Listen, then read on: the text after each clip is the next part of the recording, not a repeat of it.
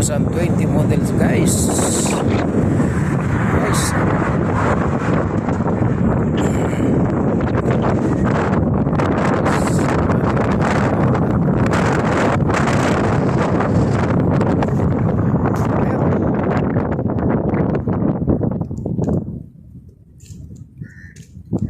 Yan na guys. Ito yung air connector guys. Ito naman yung sa GPS ng trailer. At ito naman yung saving way. Ito yung pag-isip ng hangin sa plate at sa trailer. Ito yung ABS, ABS saka ABS automatic brake system. Tapos ito naman yung ating fire extinguisher. Pag wala ka yan, ang fire extinguisher na yan 150 ang multa niyan guys.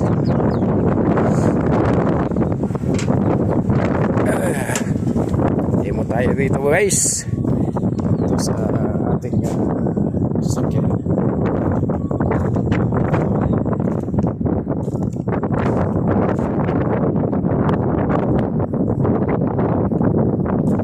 Habang nag-aantay tayo ng tawag guys, ito yung ating recipe ngayon, no? Adobong manok makadidas.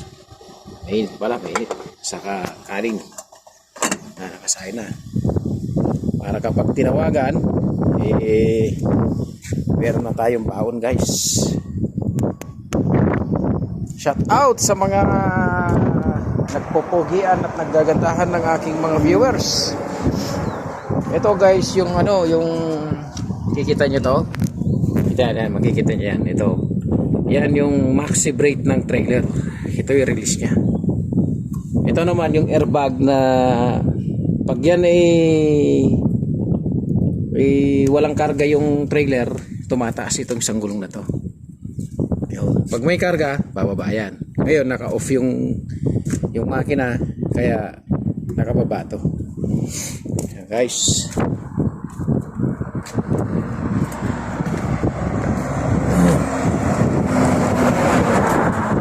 So guys,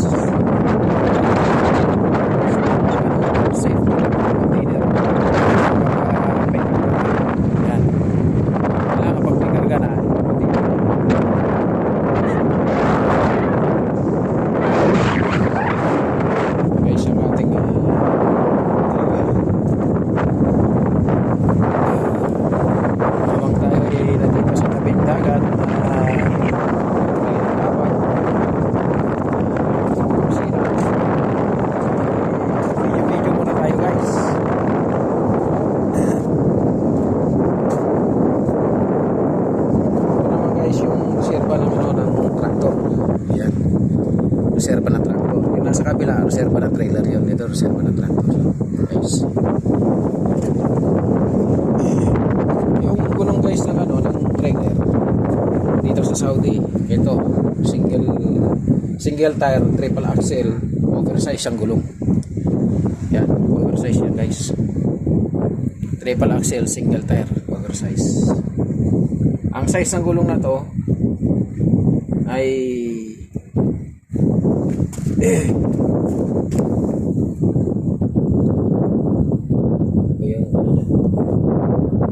ito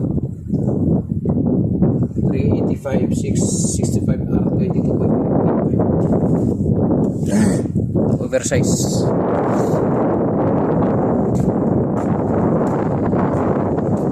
Guys, yung nga pala, yung sa mga gusto matuto mag-trailer, paano pagputol at kung paano yung pagtugtog. Ito guys yung yung 5 volt lock pin, yung tinatawag na 5 volt, yung nandito nakakabit sa trailer, yung pinakatiti niya na nakaganon. Ito naman yung lock pin niya sa butterfly, yung butterfly. Tapos yung ito naman yung landing gear. Kapag kayo po guys ang magputol ng trailer o magtutong ng trailer, pag nagputol ng trailer, ang unang-una mong tanggalin yung air connector. Ito yung air connector.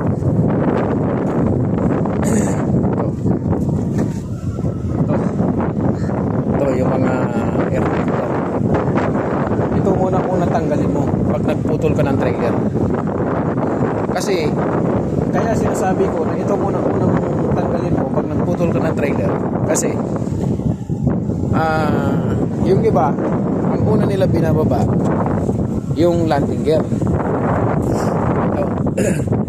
Pagkababa ng landing gear, ito landing gear na to, yung paa niya. Pagkababa nito, ang ginagawa na iba, pagkababa, bunutin agad yung lock pin, tapos sabay sampa doon sa truck. Nakakalimutan ngayon na tanggalin yung yung air connector, 7-way, ABS, saka yung connector na papunta rito sa GPS ng trailer. So ang mangyayari niyan, kapag gano'n ang ginawa, napuputol lahat yun. Kaya problema ang driver. Kaya sa aking diskarte ko, pag nagputol ako ng trailer, for safety ng driver, para sa akin sarili, yun ang una ko tinatanggal. Katapos ko tanggalin yun, ibababa itong landing gear. Pagkatapos ng landing gear, bunutin ko yung 5-volt pin ng butterfly, yung lock. Saka ko ngayon sa likod, tanggalin ko yung plate number bago ako ngayon aabante. Ang pagkabante naman ito guys, pagputol yan, pag ito inabante mo na, yan, ang gawin mo katulad dito ng airbag, pag abante mo na, alam mo na, natansya mo na, nabunot na, huwag mong diretsuhin siya na bunutin, kundi ibababa mo na yung airbag nito.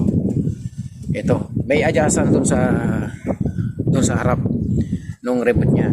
Ngayon, pag binaba mo ito guys, para sa ganun ito, hindi tatama dyan dito sa kanto. Ito, hindi siya tatama dyan guys.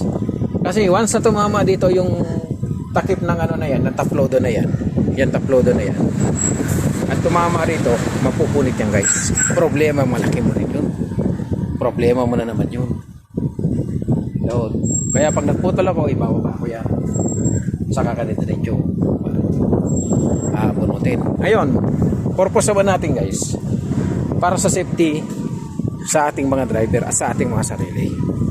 Ayan pa ng aking masasabi sa inyo guys. Bago tayo magmaneho, bago tayo matulog, manalangin tayo sa Diyos, hingi tayo ng gabay, hindi lang para sa atin, kundi para sa ating pamilya. So maraming salamat guys sa inyong panonood sa aking video. Like and share na rin sa aking gusto nyo aking demo ngayon sa aking video. Maraming salamat guys, and God bless you.